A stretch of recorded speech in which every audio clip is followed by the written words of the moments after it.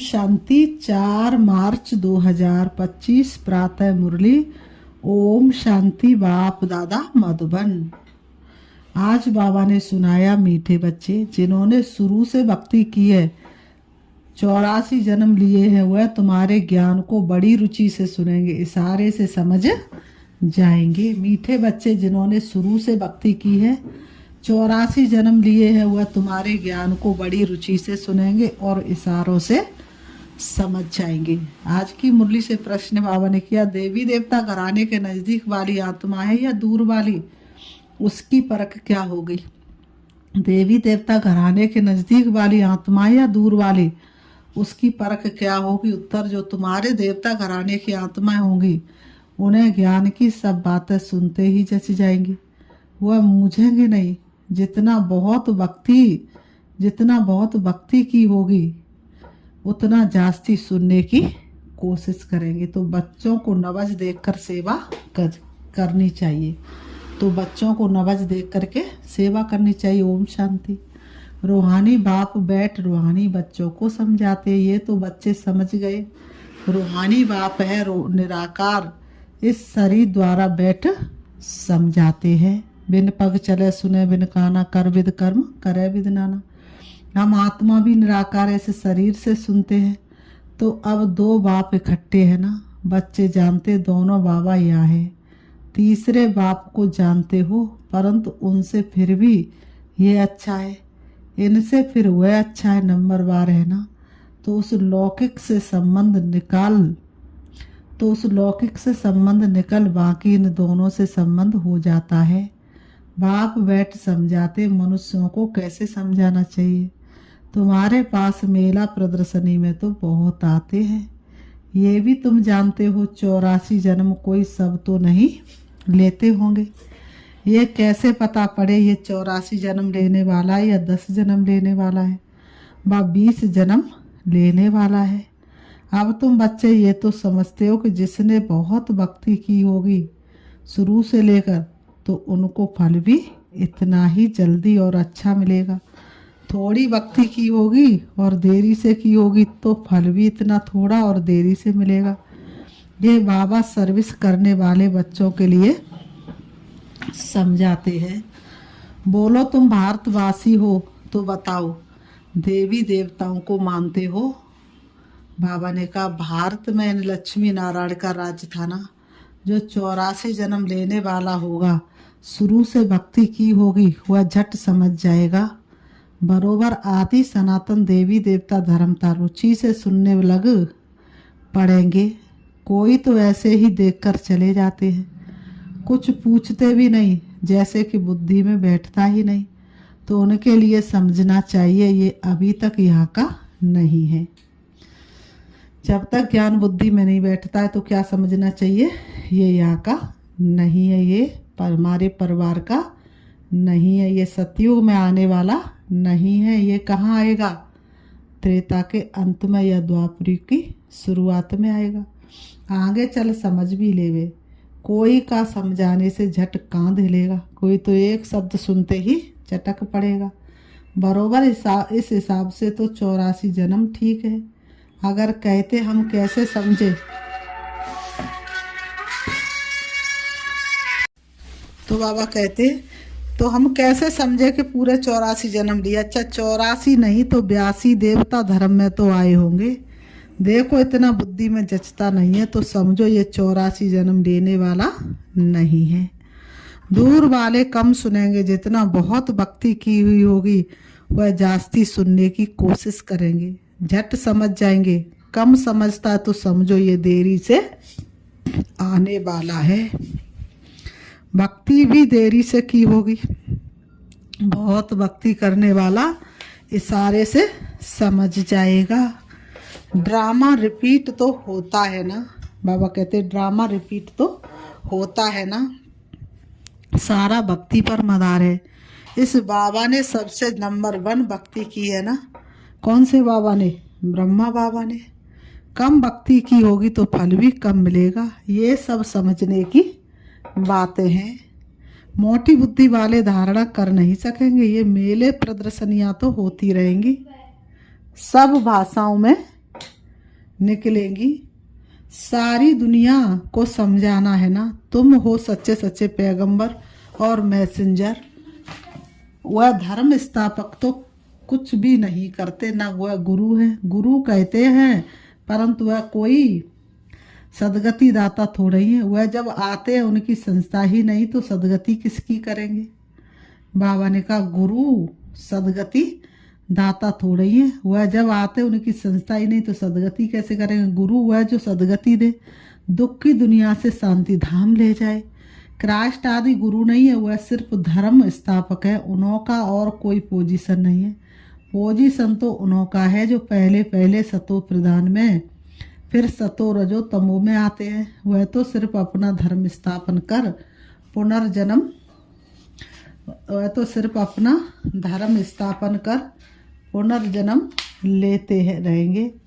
बाबा कहते हैं जब फिर सबकी, बाबा ने कहा जब फिर सबकी सतो प्रधान, जब फिर सबकी तमो प्रधान अवस्था होती है तो बाप आकर सबको पवित्र बनाए ले जाते हैं। पावन बना तो फिर पतित दुनिया में नहीं रह सकते। पवित्र आत्मा चली जाएंगी मुक्ति में, फिर जीवन मुक्ति में आएंगी। कहते भी है वह लिबरेटर है, गाइड है, परंतु इसका भी अर्थ नहीं समझते। अर्थ समझ जाए तो उनको जान जाए। सतयुग में भक्ति मार्ग के अक्षर भी बंद हो जाते हैं। हे राम भी कोई कहेगा नहीं, वह दुख होता ही नहीं। ये भी ड्रामा में नूद है जो सब अपना अपना पार्ट बजाते रहते हैं। सदगति को एक भी पा ना सके। अभी तुमको ये ज्ञान मिल रहा है। बाप भी कहते मैं कल्प कल्प कल्प के संगम युगे आता हूँ।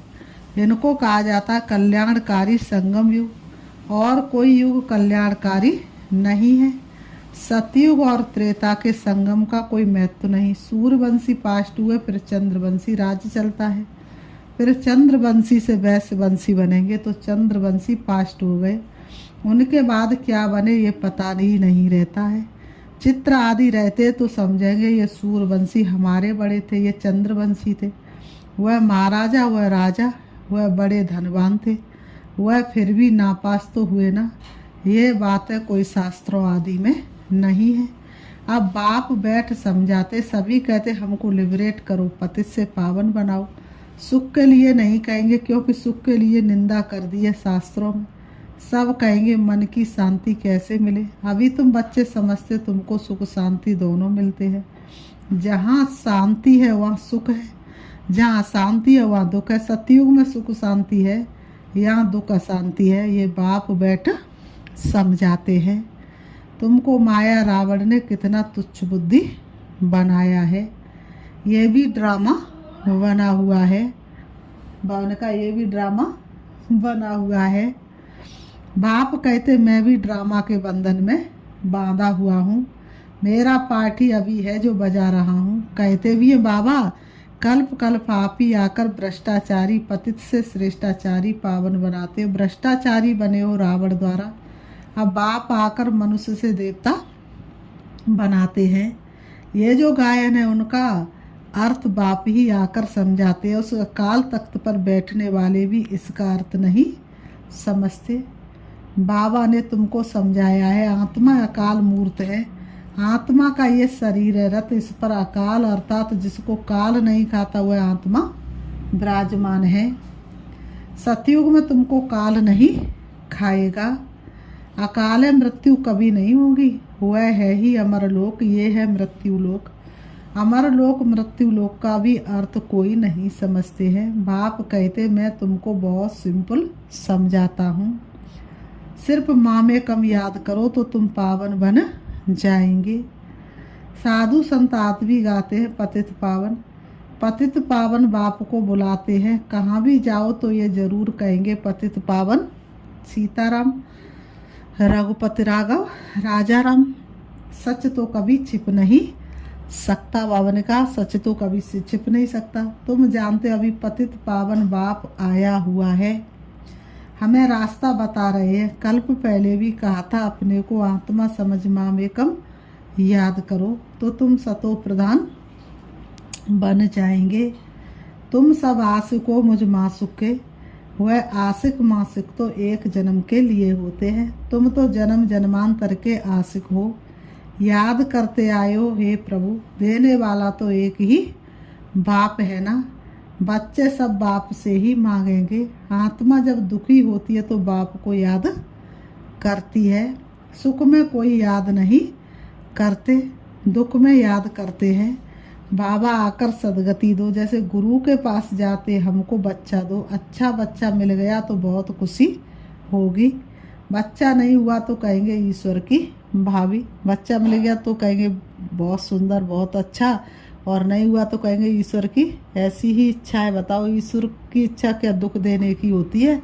लेकिन नहीं, ड्रामा को तो ये वह समझते ही नहीं है। अगर वह ड्रामा कहे तो फिर सारा मालूम होना चाहिए। तुम ड्रामा को जानते और कोई नहीं जानते हैं। तुम बच्चे ड्रामा को जानते हैं और कोई नहीं जानते हैं। ना कोई शास्त्रों में ही है। ड्रामा माना ड्रामा, उनके आदि मध्यांत का पता होना चाहिए। बाप कहते मैं 5-5 हजार वर्ष बाद आता हूँ। ये 4 युग बिल्कुल इक्वल है। स्वास्थ्य का भी महत्व है ना। खाता जो बनाते तो उसमें स्वास्थ्य का बनाते, ये भी खाता है ना। हमारा फायदा कैसे होता फिर घाटा कैसे पड़ता है? हमारा फायदा कैसे होता और घाटा कैसे पड़ता है? घाटा पड़ते पड़ते अभी पूरा घाटा पड़ गया है। ये हार और जीत का खेल है। पैसा है और हेल्थ भी है तो सुख है, पैसा है हेल्थ नहीं तो सुख नहीं है। तुमको हेल्थ वेल्थ दोनों देता हूँ तो हैप्पीनेस है ही। जहाँ हेल्थ होगी वेल्थ होगी तो खुशी तो हो ही जाएगी। हेल्थ वेल्थ दोनों मिल गई तो खुशी तो मिलनी है नेचुरल। तो बाबा कहते हैं जब कोई शरीर छोड़ता तो मुख से तो कहते हैं ना फलाना स्वर्ग पधारा, लेकिन अंदर दुखी होते रहते हैं। इसमें तो और ही खुश होना चाहिए। फिर उनकी आत्मा को नरक में क्यों बुलाते हो? कुछ भी समझ नहीं। अभी बाप आकर ये सब बातें समझाते हैं। बीज और झाड़ का राज समझाते हैं। ऐसे झाड़ और कोई बना ना सके। ये कोई इसने नहीं बनाया है। इनका कोई गुरु नहीं था। अगर होता तो उनके और भी शिष्य होते ना। मनुष्य समझते इनको कोई गुरु ने सिखाया है, या तो कहते परमात्मा की शक्ति प्रवेश करती। अरे परमात्मा की शक्ति कैसे प्रवेश करेगी? बेचारे कुछ भी नहीं जानते। बाप खुद बैठ बताते हैं। मैंने कहा था मैं साधारण बूढ़े तन में आता हूँ, आकर तुमको पढ़ाता हूँ। ये भी सुनते, अटेंशन तो हमारे ऊपर है। ये भी स्टूडेंट है। ये अपने को और कुछ नहीं कहते हैं। प्रजापिता सो भी स्टूडेंट है। भले इसने विनाश भी देखा परंतु समझा कुछ भी नहीं। आहिस्ते आहिस्ते समझते गए। जैसे तुम समझते जाते हो, बाप तुमको समझाते हैं, बीच में ये भी समझते जाते हैं। पढ़ते रहते। हर एक स्टूडेंट पुरुषार्थ पढ़ते हैं, करेंगे पढ़ने का। ब्रह्मा विष्णु शंकर तो है सूक्ष्म वतनवासी, उन्हों का क्या पाठ है ये भी कोई नहीं जानते। बाप हर एक बात आप ही समझाते। तुम प्रश्न कोई पूछ नहीं सकते। ऊपर में है बाबा ने कहा, ऊपर में है शिव परमात्मा, फिर देवता है, उनको मिला कैसे सकते? अभी तुम बच्चे जानते, बाप इसमें आकर प्रवेश करते हैं। इसलिए कहा जाता बाप दादा। बाप अलग है, दादा अलग है। बाप शिव, दादा ब्रह्मा है। वर्षा शिव से मिलता है इन द्वारा। ब्राह्मण हो गए ब्रह्मा के बच्चे। बाप ने एडॉप्ट किया है ड्रामा के प्लान अनुसार। बाप कहते हैं नंबर 1 वक्त ये है। 84 जन्म भी इसने लिए हैं। सांवरा और गोरा भी इनको कहते। श्री कृष्ण सतयुग में गोरा था, कलयुग में सांवरा है। पतित है ना फिर पावन बनते। तुम भी ऐसे बनते हो। ये है आयरन एजेड वर्ल्ड, वह है गोल्डन एजेड वर्ल्ड। सीढ़ी का किसको भी पता नहीं है। जो पीछे आते हुए 84 जन्म थोड़े ही लेते होंगे, वह जरूर कम जन्म लेंगे। फिर उनको सीढ़ी में दिखा कैसे सकते? बाबा ने समझाया सबसे जास्ती जन्म कौन लेंगे, सबसे कम जन्म कौन लेंगे। ये है नॉलेज। मैंने कहा बाप ही नॉलेजफुल पतित पावन है। आदि मदंत की नॉलेज सुना रहे हैं। वह सब नेति नेति करते आए। अपनी आत्मा को ही नहीं जानते तो बाप को फिर कैसे जानेंगे? सिर्फ कहने मात्र कह देते। आत्मा क्या चीज़ है कुछ भी नहीं जानते। तुम अभी जानते हो आत्मा अविनाशी है, उसमें 84 जन्मों का अविनाशी पाठ नूदा हुआ है। इतनी छोटी सी आत्मा में कितना पाठ नूदा हुआ है। जो अच्छी रीति सुनते और समझते तो समझा जाता है ये नज़दीक वाला है, बुद्धि में नहीं बैठता तो देरी से आने वाला है। सुनाने के समय नबज देखी जाती है, समझाने वाले भी नंबरवार है ना। तुम्हारी ये पढ़ाई है, राजधानी स्थापन हो रही है। कोई तो ऊंच से ऊंच राजाई पद पाते हैं, कोई तो प्रजा में नौकर चाकर बनते हैं। बाकी हाँ इतना है कि सतयुग में कोई दुख नहीं होता। उनको कहा ही जाता सुखदाम बहस्त, पास्ट हो गया। तब तो याद करते हैं ना। मनुष्य समझते स्वर्ग कोई ऊपर है। बाबा ने कहा मनुष्य समझते स्वर्ग कोई ऊपर छत में होगा। देलवाड़ा मंदिर में तुम्हारा ये पूरा यादगार खड़ा है। आदि देव आदि देवी और बच्चे नीचे योग में बैठे हैं। ऊपर में राजाई खड़ी है। मनुष्य तो दर्शन करेंगे, पैसा रखेंगे, समझेंगे कुछ भी नहीं है। तुम बच्चों को ज्ञान का तीसरा नेत्र मिला है। तुम सबसे पहले तो बाप की बायोग्राफी को जान गए हो, तो और क्या चाहिए। बाप को जानने से ही सब कुछ समझ में आ जाता है, तो खुशी होनी चाहिए। तुम जानते हो अभी हम सतयुग में जाकर सोने के महल बनाएंगे, राज करेंगे। जो सर्विसेबल बच्चे हैं उनकी बुद्धि में रहेगा। ये स्पिरिचुअल नॉलेज स्पिरिचुअल फादर देते हैं। स्पिरिचुअल फादर कहा जाता है आत्माओं के बाप को, वही सदगति दाता है, सुख शांति का वर्षा देते हैं। तुम समझा सकते हो ये सीढ़ी है भारतवासियों की जो 84 जन्म लेते हैं। तुम आते ही हो आधे में, तो तुम्हारे 84 जन्म कैसे होंगे। सबसे जास्ती जन्म हम लेते हैं। ये बड़ी समझने की बातें हैं। मुख्य बात ये पतित से पावन बनने के लिए बुद्ध योग लगाना है। पावन बनने की प्रतिज्ञा कर, फिर अगर पतित बनते तो हड्डे गुड्डे एकदम टूट पड़ती है, जैसे कि 5 मंजिल से गिरते हैं। बुद्धि ही मलचिक्की हो जाएगी, दिल अंदर खाता रहेगा, मुख से कुछ निकलेगा नहीं। इसलिए बाप कहते खबरदार रहो। फिर बाबा ने कहा अच्छा मीठे मीठे सिकीलते बच्चों प्रति माता पिता बाप दादा का याद प्यार और गुड मॉर्निंग। रूहानी बाप की रूहानी बच्चों को नमस्ते। हम रूहानी बच्चों की रूहानी बाप दादा को याद प्यार और नमस्ते नमस्ते नमस्ते। धारणा के लिए मुख्य सार नंबर 1, इस ड्रामा को यथार्थ रीति समझ माया के बंधनों से मुक्त होना, स्वयं को अकाल मूर्त आत्मा समझ बाप को याद कर पावन बनना है। नंबर 2, सच्चा पैगंबर और मैसेंजर बन सबको शांतिधाम सुखधाम का रास्ता बताना है। इस कल्याणकारी संगम युग पर सभी आत्माओं का कल्याण करना है। वरदान, बाप और सेवा की स्मृति से एक रस स्थिति का अनुभव करने वाले सर्व आकर्षण मुक्त भव। जैसे सर्वेंट को सदा सेवा और मास्टर याद रहता है, ऐसे वर्ल्ड सर्वेंट सच्चे सेवादारी बच्चों को भी बाप और सेवा के सिवाय कुछ भी याद नहीं रहता। इससे ही एक रस स्थिति में रहने का अनुभव होता है। उन्हें एक बाप के रस के सिवाय सब रस नीरस लगते। एक बाप के रस का अनुभव होने के कारण कहाँ भी आकर्षण नहीं जा सकती। यह एक रस स्थिति का तीव्र पुरुषार्थी सर्व आकर्षणों से मुक्त बना देता है। यही श्रेष्ठ मंजिल है। स्लोगन, नाजुक परिस्थितियों के पेपर में पास होना है तो अपनी नेचर को शक्तिशाली बनाओ। अव्यक्त इशारे, सत्यता और सभ्यता रूपी कल्चर को अपनाओ। जब भी कोई असत्य बात देखते हो सुनते हो तो असत्य वायुमंडल नहीं फैलाओ। कई कहते ये पाप कर्म है ना, पाप कर्म देखा नहीं जाता है, लेकिन वायुमंडल में असत्यता की बातें फैलाना ये भी तो पाप है। लौकिक परिवार में भी अगर कोई ऐसी बात देखी व सुनी जाती है तो उसे फैलाया नहीं जाता। कान में सुना और दिल में छिपाया। यदि कोई व्यर्थ बातों का फैलाव करता है तो वह छोटे छोटे पाप उड़ती कला के अनुभव को समाप्त कर देते। इसलिए इस कर्मों की गहन गति को समझकर यथार्थ रूप में सत्यता की शक्ति को धारण करो। बाबा ने कहा यदि कोई व्यर्थ बातों का फैलाव करता है तो छोटे छोटे पाप उड़ती कला के अनुभव को समाप्त कर देते। व्यर्थ बातें सुनी और सुन करके अगर एक दूसरे से कहा तो क्या हो जाएगा, तो बाबा ने कहा वातावरण खराब हो जाएगा।